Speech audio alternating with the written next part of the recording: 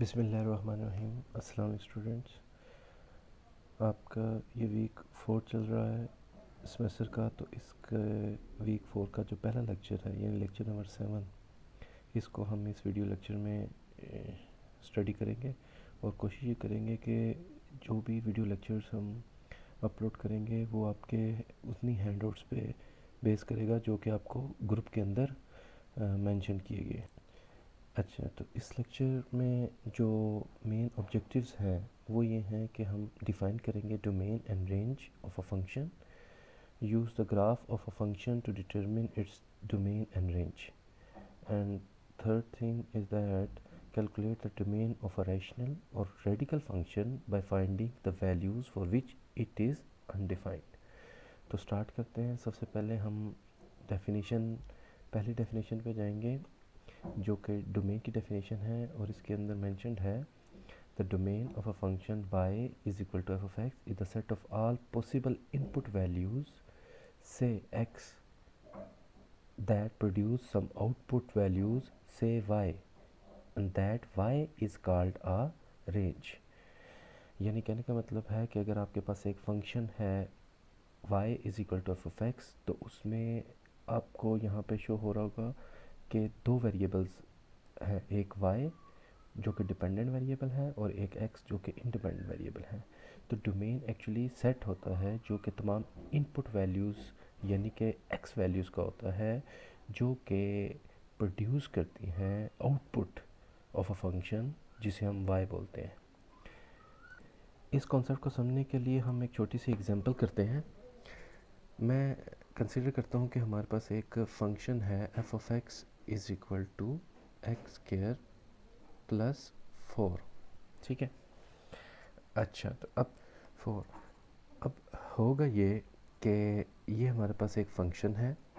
इस फंक्शन में अगर हम कोई भी x की वैल्यू ले लेते हैं, for example x is equal to 2 consider मैं करता हूँ, तो f ऑफ 2 यानी कि functional value at x equal to 2 will becomes 2 square plus 4 which is equal to 4 plus 4 is equal to 8। ठीक है। यानी कहने का मतलब है ये जो 8 है एक्चुअली ये y की वैल्यू अभी हमने मिली है, जबकि इससे पहले हमारे पास जो वैल्यू थी x इज इक्वल टू 2 ये हमने इनपुट की है। तो इसका मतलब ये हो गया कि डोमेन एक्चुअली एक सेट होगा, एक ऐसा सेट होगा, अगर हम इसको सेट के फॉर्म में लिखें कि 2 हम इनपुट कर रहे हैं जिससे हमें कोई ना कोई रियल वैल्यू मिल रही है, फिर हम 3 पुट कर रहे हैं, इससे भी हमें कोई ना कोई रियल वैल्यू मिलेगी, अप टू सो ऑन। तो ये जो तमाम x की वैल्यूज़ हैं ना, that set is called a domain. और इसके क्रॉसपॉन्ड y, एक सेट y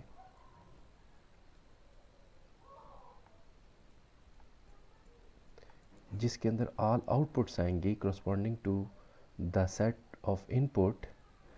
फॉर एग्ज़ाम्पल अगर हम 2 सब्स्टिट्यूट करते हैं f ऑफ x के अंदर तो हमारे पास 8 आया है। इसी तरह अगर हम 3 सब्स्टिट्यूट करेंगे यहाँ पे तो हमारे पास 13 आएगा, अप टू सो ऑन। तो ये जो सेट हमारे पास बनेगा यहाँ पे y का, जिसके अंदर तमाम आउटपुट्स हैं, that set is called a range. और वो सेट जो हमारे पास x की वैल्यूज़ हैं वो हमारे पास डोमेन हो। अच्छा, एक और एग्जांपल हम यहाँ पे लेते हैं फाइनाइट सेट के हवाले से। फॉर एग्ज़ाम्पल हमारे पास एक सेट है जिसे हमने एरो डायग्राम से रिप्रेजेंट किया है। ठीक है, इस सेट को नाम हम देते हैं A, और दूसरा जो सेट है इसको हम B का नाम देते हैं। तो अब यहाँ पे देखेंगे बाय एरो डायग्राम कि each element of a first set uniquely assign with the another set. इसका मतलब ये फंक्शन तो है, अब इस फंक्शन की हमने फाइंड आउट करनी है डोमेन। तो इस डोमेन हमारे पास इस फंक्शन की, यानी ये जो फंक्शन a से b में जा रहा है इसको से हम f का नाम देते हैं। तो इस फंक्शन की जो डोमेन होगी वो तमाम वो वैल्यूज़ होंगी जो कि एज अ इनपुट यूज़ हो रही हैं। फॉर एग्ज़ाम्पल -1, 1, 7 एंड 5 या 0.5। और इसी तरीके से रेंज एक्चुअली वो वैल्यूज़ है जो सेकंड सेट की हैं और जो इनपुट की वजह से आई हैं। मसलन अगर हम रेंज की बात करें तो रेंज के अंदर हमारे पास जो वैल्यूज़ इस सेट में आ रही हैं वो है 1, 49 एंड 0.25, ठीक है, 0.25।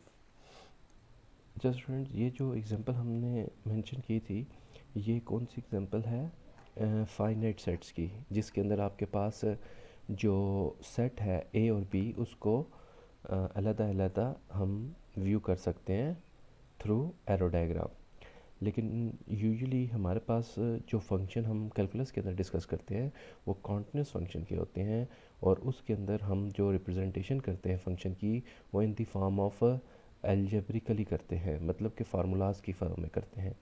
तो अगर आपके पास फार्मूलाज हैं तो उसमें कुछ रूल्स मैं आपको डिफ़ाइन करके बता रहा हूँ, अगर इन रूल्स को हम जहन में रखेंगे तो हम किसी भी फंक्शंस की डोमेन फाइंड कर सकेंगे। तो इन्हीं में सबसे पहला रूल ये है कि आप ये पहले देखें कि आपके पास जो गिवन फंक्शन है, क्या वो गिवन फंक्शन कोई ना कोई पोलिनोमियल फंक्शन है कि नहीं। पोलिनोमियल फंक्शन का मतलब क्या है? Polynomial function actually is an algebraic function in which every independent variable having non negative integer. मतलब पहले हम पोलिनोमियल को डिफाइन कर रहे हैं।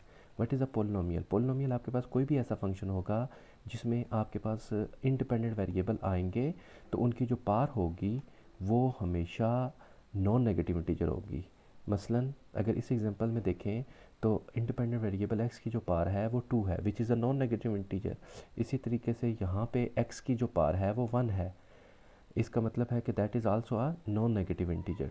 सो देयरफॉर दैट इक्वेशन और that function is called a polynomial. ठीक है, ये हमारा केस 1 है। यानी कि अगर पहला केस है कि अगर हम ये देखते हैं कि अगर हमारे पास कोई भी फंक्शन है in the form of polynomial तो उसकी डोमेन क्या होगी। तो याद रखिएगा, जब भी हमारे पास कोई भी ऐसा फंक्शन होगा जिसकी जो कि पोलिनोमियल है तो उसकी हमेशा जो डोमेन होगी वो हमेशा डोमेन हुआ करेगी set of all real numbers. Set of all real numbers, या इसे हम इंटरवल फॉर्म में लिखें तो -इन्फिनिटी टू +इन्फिनिटी, ये ऑल पोलिनोमियल्स की डोमेन हुआ करती है। अच्छा, तो सेकंड रूल इसमें ये याद रखिएगा कि अगर आपके पास कोई भी सेकंड रूल के अंदर स्क्वायर रूट फंक्शन के अंदर आ जाए, ठीक है, फंक्शन के अंदर यानी कि स्क्वायर रूट कोई भी फंक्शन है वो स्क्वायर रूट के फॉर्म में आ जाए, इसे हम बोलते हैं रेडिकल फॉर्म। तो उसमें हम क्या करेंगे, उसकी डोमेन निकालने के लिए क्या करेंगे, उसका तरीक़ाकार ये होगा कि जो भी अंडर रूट के अंदर जो फंक्शन वैल्यू है, मतलब कि यहाँ पे अगर एग्जांपल में आप देखें तो G of T is equal to under root of 2 - 3t। ठीक है, यहाँ पे ये फंक्शन किस वेरिएबल का फंक्शन है, टी वेरिएबल का। यानी इस एग्जांपल के अंदर जी आपके पास डिपेंडेंट वेरिएबल है और टी आपके पास इंडिपेंडेंट वेरिएबल है। तो इस इंडिपेंडेंट वेरिएबल की वैल्यूज़ हमने फाइंड करनी है जो कि हमारे पास डोमेन की फॉर्म, जिसे हम डोमेन बोलेंगे। तो इसकी वैल्यूज़ को फाइंड करने किस तरीके से करेंगे, हम इसको अलग से लिख के कंसिडर करते हैं। मिसाल के तौर पे अगर यही वाली एग्जांपल हम लें कि G of T is equal to under root of, हमारे पास एग्जांपल है 2 - 3t, 2 - 3t। तो हम क्या करेंगे कि मैंने आपको बताया कि जब भी आपके पास अंडर रूट के अंदर कोई फंक्शन आ जाएगा ना, यानी रेडिकल फॉर्म में अगर आपके पास कोई फंक्शन होगा तो जो भी रेडिकल के अंदर चीज़ है उसको आपने कंसिडर करना है ग्रेटर देन और इक्वल टू ज़ीरो। ये ग्रेटर देन और इक्वल टू ज़ीरो इस वजह से किया क्योंकि हम जानते हैं कि रेडिकल यहाँ पे जो रेडिकल की पार है 1/2 है, तो अगर अंडर रूट के अंदर कोई भी चीज़ होगी तो वो नेगेटिव तो नहीं आएगी, ज़ीरो भी आ सकती है, पॉजिटिव भी आ सकती है, लेस देन ज़ीरो नहीं आ सकती। तो जो भी अंडर रूट के अंदर चीज़ हुआ करेगी उसको आपने greater than equal to zero रखना है, और उसके बाद आपने इसमें टी की वैल्यू को अलग से फाइंड आउट करना है। मिसाल के तौर पे अगर इसी एग्जांपल में हम -3 को इधर ही रहने देते हैं और ग्रेटर देन इक्वल टू -2 कर लेते हैं, ठीक है। और यहाँ पे अगेन हम टी को हम माइनस टी को इधर ही रहने देते हैं और ग्रेटर देन इक्वल टू -2/3 करते हैं। अच्छा, इसके साथ अगले स्टेप में जो है ना डिफरेंट कलर से शो करूँगा ताकि आपको कन्फ्यूजन ना हो कि हम किस स्टेज पे हैं। तो अब देखें यहाँ पे ये जो टी के साथ नेगेटिव साइन है इसको ख़त्म करना ज़रूरी है, क्योंकि हमने डेफिनेशन के अंदर भी पढ़ा था कि आपके पास डोमेन जो होगी वो सेट ऑफ इंडिपेंडेंट वेरिएबल होगी। तो इस नेगेटिव को ख़त्म करने के लिए हमें मल्टीप्लाइंग करना पड़ेगा -1 से ऑन बोथ साइड। तो अगर दोनों तरफ माइनस से मैं मल्टीप्लाई करूँगा तो होगा क्या कि t is less than equal to 2/3। यहाँ पे नोट करने वाली ये चीज़ है कि ये जो इनइक्वलिटी साइन है पहले ग्रेटर देन और इक्वल टू था, अब ये कन्वर्ट हो चुका है लेस देन और इक्वल टू में। इसकी रीज़न ये है कि हमने कुछ प्रॉपर्टीज़ पढ़ी थी अपने पिछले लेक्चर्स के अंदर जो कि रियल नंबर की प्रॉपर्टी थी, और उसमें हमने कहा था कि अगर आपके पास a is greater than b and then AC is less than BC if C is less than 0। कहने का मतलब यह है कि अगर आपके पास C कोई भी नंबर है और वो 0 से लेस है, तो जब आप इसको मल्टीप्लाई करेंगे किसी भी इनइक्वालिटी में तो इनइक्वालिटी जो है वो चेंज हो जाएगी। तो अगर आप इसमें नोट करें तो हमारे पास अभी जो रिज़ल्ट आया है यहाँ पे t is less than equal to 2/3। इसी रिज़ल्ट को अगर हम इंटरवल की फॉर्म में शो करना चाहें तो वो क्या होगा कि यहाँ पे मेंशन क्या है, t इज़ लेस दैन और इक्वल टू 2/3। 2/3 से लेस या इक्वल, इसका मतलब है 2/3 से लेस जो भी वैल्यू है वो इसकी डोमेन होगी। और लेस कहाँ तक ये जा सकता है? ऑब्वियसली ये जा सकता है माइनस इन्फिनिटी। अब क्योंकि -इन्फिनिटी से लेके हमारे पास ये कहाँ पे जाएगा 2/3, और 2/3 के करस्पॉन्डिंग जो हम ब्रैकेट लगाएंगे वो स्क्वायर ब्रैकेट लगाएंगे, क्योंकि आप यहाँ पे देख रहे हैं कि जो इनइक्वालिटी है उसमें इक्वल साइन भी है। तो ये जो आपके पास इंटरवल आया है ये एक्चुअली इस फंक्शन की डोमेन है, ठीक है। और ये आपके पास -इन्फिनिटी टू 2/3। अब -इन्फिनिटी के करस्पॉन्डिंग हमेशा हम ओपन ब्रैकेट प्लेस करते हैं, ठीक है। इस पे हम क्लोज ब्रैकेट नहीं लगाते, क्योंकि क्लोज ब्रैकेट का मतलब है कि ये वैल्यू हमारे इस सेट के अंदर अवेलेबल है। इसी तरीके से अगर हम इस फंक्शन का ग्राफ ड्रा करें, जो कि आपके हैंडआउट्स में नज़र आ रहा होगा कि मैंने g(2 - 3t) का ग्राफ ड्रा किया है, तो उसमें आप देख रहे हैं कि जो रेड कलर का ग्राफ ड्रा हो रहा है वो कहाँ से ड्रा हो रहा है, उसी पॉइंट से ड्रा हो रहा है जो कि हमने यहाँ पे डोमेन में फाइंड किया है, यानी 2/3। 2/3 से यानी ये वैल्यू जहाँ पे मैंने कर्सर रखा हुआ है ये 2/3 है, ठीक है। तो 2/3 से पहले ही ग्राफ ड्रा हो रहा है, उसके बाद ग्राफ ड्रा नहीं हो रहा। इसका मतलब है कि आपके पास जो डोमेन है वो ये सारी की सारी जो ग्रीन कलर रेड ग्राफ बन रही है, इसके इस साइड पे जो ग्रीन कलर्स की लाइन है वही आपकी डोमेन होगी। इसी तरीके से अगर हम बात करते हैं रूल 3 की, ये थर्ड रूल है डोमेन फाइंड करने का, कि अगर आपके पास कोई भी फंक्शन है तो वो अगर आपके पास रैशनल फंक्शन है, रैशनल का मतलब ये होता है कि अगर आपके पास दो पोलिनोमियल्स हैं, एक न्यूमरेटर में है और एक डिनोमिनेटर में है, तो उसके साथ हमने क्या करना हुआ करेगा, उसके साथ हमने करना ये हुआ करेगा कि जो भी डिनोमिनेटर में फंक्शन है, मतलब कि अगर इस एग्जांपल को देखें तो ये फंक्शन है एच ऑफ पी, मतलब एच डिपेंडेंट वेरिएबल है और पी इंडिपेंडेंट वेरिएबल है। तो ओके, तो इसी एग्जांपल को हम सॉल्व करके देखते हैं। For example H of P is equal to p - 1/p² -4। तो जब भी आपके पास फ्रैक्शन में कोई टर्म आ जाएगी, यानी कि रैशनल फंक्शन होगा, न्यूमरेटर में पोलिनोमियल, डिनोमिनेटर में पोलिनोमियल, तो सबसे पहले आपने करना ये हुआ करेगा कि जो डिनोमिनेटर टर्म है, यानी यहाँ पे जो डिनोमिनेटर टर्म किसे मैं बोल रहा हूँ, ये वाली जो टर्म है p² -4, इस डिनोमिनेटर टर्म को आपने कहना ये होगा कि that term never ever be equal to 0, क्योंकि डिनोमिनेटर में अगर ज़ीरो आ जाए तो आपके पास फंक्शनल वैल्यू इन्फिनिटी आ जाती है, और इन्फिनिटी जो होता है वो डिफाइंड नहीं होगा। तो हमने असल में पी की वो वैल्यू फाइंड करनी होती है जिस पे फंक्शन डिफाइंड हो। तो अब पी डिनोमिनेटर टर्म को नॉट इक्वल टू ज़ीरो करने के बाद हमने पी की वैल्यू फाइंड आउट कर लेनी है, मतलब कि P square is not equal to 4। इसी तरीके से मैं अगेन दूसरा कलर यहाँ पे आगे यूज़ करने के लिए यूज़ करूँगा। अब पी स्केयर अंडर रूट 4। अब इसका क्या मतलब हुआ? इसका मतलब ये हो गया कि हमने दोनों तरफ पी की वैल्यू फाइंड करने के लिए अंडर रूट लेना होगा। Under root P square is not equal to under root 4। ठीक है। अब मैंने आपको एक चीज़ मेंशन की थी कि जब भी आपके पास अब हमें ये तो पता है कि अंडर रूट 4 का आंसर होगा वो 2 ही होगा, प्लस माइनस 2 तो नहीं हो सकता, क्योंकि अंडर रूट से कभी भी नेगेटिव टर्म नहीं आएगा आउटपुट के तौर पे। लेकिन under root of P square की वैल्यू हमने जब लास्ट लेक्चर था, फिफ्थ लेक्चर आई थिंक, जिसके अंदर हमने एब्सोल्यूट वैल्यूड फंक्शन की प्रॉपर्टीज़ पढ़ी थी, तो उसमें मैंने आपको डिटेल से ये बात डिस्कस की थी कि पी स्केयर अंडर रूट को हम सिर्फ 2 को अंडर रूट से कैंसिल आउट नहीं कर देंगे, बल्कि इसे हम लिखेंगे ए मॉड ऑफ पी, यानी पी स्केयर को हम क्या P square of under root को क्या लिखेंगे? Mod of P that is not equal to 2। तो इसका मतलब ये हो गया कि अब हम मुझे बताया कि पी का मॉड 2 के इक्वल कब नहीं होगा?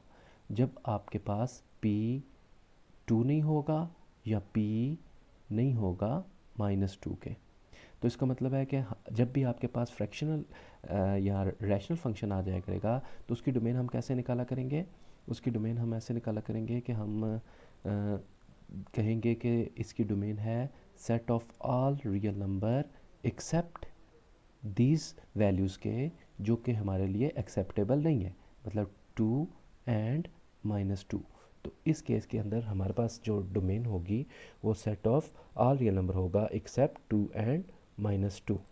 इसी तरीके से अगर हम अपनी एक अगली एग्जांपल को देखें जो कि आपके हैंडआउट्स में सॉल्व्ड है, तो इसमें जो फंक्शन डिफाइंड हुआ है वो रैशनल फंक्शन, यानी जो तीसरी टाइप हमने डिस्कस की है उसमें उस तरह का हुआ है। इसमें आप दो गौर करें कि जो न्यूमरेटर टर्म है, ये जो न्यूमरेटर टर्म है ये भी पोलिनोमियल है और डिनोमिनेटर टर्म भी पोलिनोमियल है। तो न्यूमरेटर का तो डोमेन -∞ टू +∞ होगा, इसमें तो हमें कोई मसला नहीं। लेकिन जो डिनोमिनेटर है इसकी डोमेन निकालने के लिए हम करेंगे क्या कि पहले ये फाइंड करेंगे कि डिनोमिनेटर ज़ीरो कहाँ पे है। तो जो भी जिस जगह पे भी डिनोमिनेटर ज़ीरो होगा उसको हम इसमें अपने रियल नंबर में से एक्सक्लूड कर देंगे। तो हमने डिनोमिनेटर को इक्वल टू ज़ीरो किया और उसके बाद x की वैल्यू हमने फाइंड की which is equal to under root +-5। तो हाँ, इसका मतलब ये हो गया कि अब हम क्या करेंगे कि इसकी डोमेन जो लिखेंगे वो क्या लिखेंगे? Set of all real number except +5 and -5। आपको इसी लेक्चर नोट्स में नीचे डोमेन से रिलेटेड कुछ प्रैक्टिस के लिए सॉल्यूशन क्वेश्चन दिए गए हैं, जिसमें ये पहला क्वेश्चन तो बहुत आसान सा है, जिसके अंदर आपके पास एक पोलिनोमियल है ऑफ ऑर्डर 1 की, तो ये भी इसकी डोमेन बगैर कुछ सोचे समझे ही आपको पता होगी, set of all real numbers. दूसरी एग्जांपल भी set of all real number. अब जो तीसरी एग्जांपल है इसके अंदर अंडर रूट वाली, यानी ये इस केस 2 आ गया। तो इसको सॉल्व कैसे करेंगे कि जो भी अंडर रूट के अंदर चीज़ है यानी 2n-8 इसको ग्रेटर दैन इक्वल टू 0 करेंगे और n की वैल्यू फाइंड आउट कर लेंगे और उसको इंटरवल की फॉर्म में लिख लेंगे और वो हमारा सोल्यूशन होगा। चौथी एग्जांपल के अंदर भी हमारे पास जो सेकंड टाइप है उससे रिलेटेड क्वेश्चन है। पांचवा क्वेश्चन में आप देखें कि एक न्यूमरेटर टर्म है और एक डिनोमिनेटर टर्म है। तो न्यूमरेटर पोलिनोमियल है तो हमें इससे कोई मसला नहीं। डिनोमिनेटर में 2x + 4 है तो इसे आपने पहले इक्वल टू 2x + 4 को इक्वल टू 0 करना है और x की वैल्यू फाइंड करनी है और फिर लिखना है set of all real number except वो वैल्यूज़ जहाँ पे ये 0 बन रहा है। इसी तरीके से सिक्स क्वेश्चन में भी हमारे पास r-1 नॉट इक्वल टू 0 करेंगे। सेवन्थ क्वेश्चन में c² + 2c not equal to 0 और 8 क्वेश्चन में जो डिनोमिनेटर टर्म है w² + 1 वो हम यहाँ पे नॉट इक्वल टू 0 करेंगे। आपकी आसानी के लिए मैंने इन तमाम प्रैक्टिस एक्सरसाइज के भी जो सोल्यूशन है वो नीचे डिफ़ाइन किए हुए हैं। ठीक है, तो ये हमारा 7th लेक्चर था, जो कि हमने कोशिश की कि अच्छे तरीके से इसको वीडियो के ज़रिए आपको समझा सके। इसके बावजूद आपका कोई क्वेश्चन हो तो आप वो पूछ सकते हैं।